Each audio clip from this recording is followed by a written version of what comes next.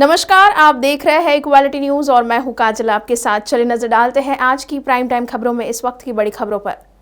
योगी आदित्यनाथ सरकार 2.0 का एक महीना पूरा हो चुका है।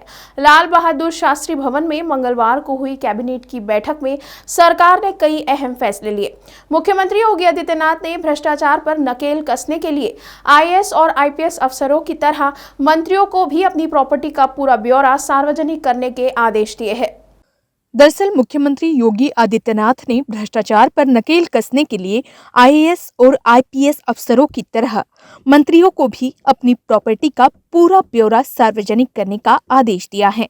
मंत्रियों को अपने साथ साथ पत्नी, बच्चों और परिवारों के अन्य आश्रित सदस्यों की संपत्ति का भी ब्यौरा देना होगा। इसके साथ ही सीएम योगी ने मंत्रियों से कहा है कि परिवार के सदस्यों का सरकारी कामकाज में हस्तक्षेप नहीं होना चाहिए। मुख्यमंत्री योगी आदित्यनाथ के इस आदेश को भ्रष्टाचार पर नकेल लगाने के लिए बड़ा कदम माना जा रहा है। लंबे संघर्ष के बाद आंगनवाड़ी कार्यकर्ता और सहायकों को सुप्रीम कोर्ट द्वारा ग्रेच्युटी का हक मिला है। कोर्ट के इस फैसले के बाद देश भर की आंगनवाड़ी कार्यकर्ता और सेविकाओं में खुशी की लहर है। स्कीम वर्कर की यूनियन ने इसे ऐतिहासिक निर्णय बताते हुए इस आदेश का स्वागत किया है। सुप्रीम कोर्ट ने सोमवार को सरकार को आंगनवाड़ी वर्कर हेल्पर्स को ग्रेच्युटी प्रदान करने के लिए ही स्पष्ट निर्देश नहीं दिया है, बल्कि यह भी कहा है कि इसे 3 महीने के अंदर लागू करे और इस बीच 10% के हिसाब से उन्हें ब्याज का भी भुगतान करे। सर्वोच्च न्यायालय ने भारत सरकार को यह भी निर्देश दिया है कि वह आंगनवाड़ी वर्कर्स और हेल्पर्स की कामकाज की परिस्थितियों की समीक्षा करे और उनके मानदेय को बढ़ाने के लिए उचित कदम उठाए। न्यायमूर्ति अजय रस्तोगी और न्यायमूर्ति अभय एस ओका की पीठ ने कहा कि आंगनवाड़ी केंद्र भी वैधानिक कर्तव्यों का पालन करते हैं तथा वे सरकार की विस्तारित इकाई बन गई है। पीठ ने कहा कि 1972 ग्रेच्युटी का भुगतान कानून आंगनवाड़ी केंद्रों और आंगनवाड़ी कार्यकर्ताओं और सहायकों पर लागू होगा।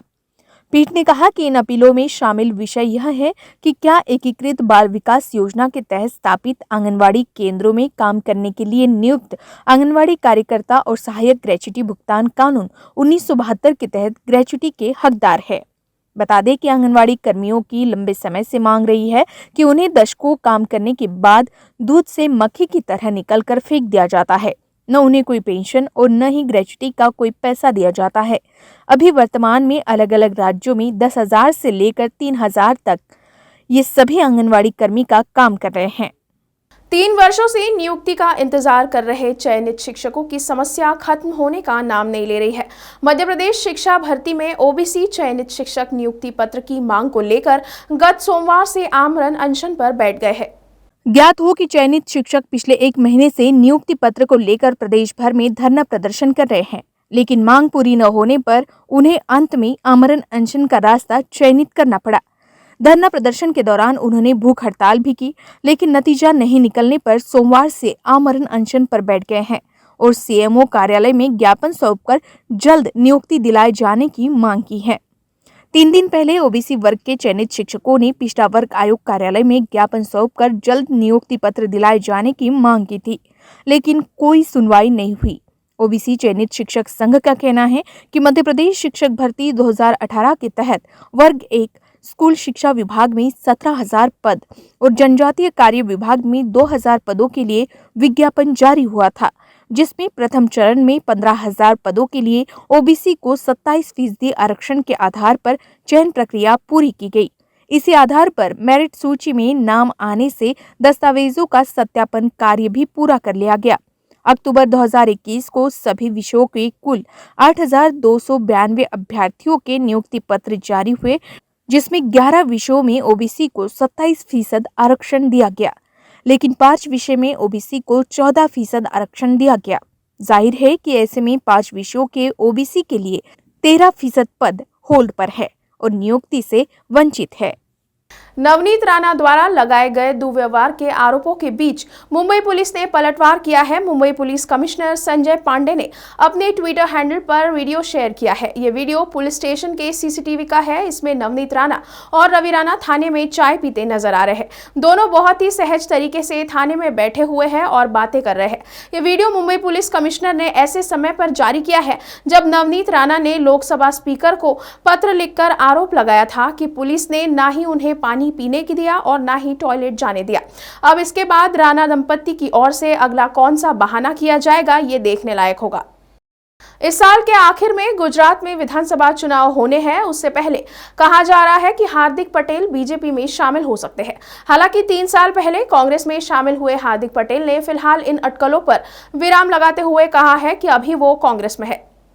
हार्दिक पटेल ने ट्वीट किया और कहा कि मैं अभी कांग्रेस में ही हूँ।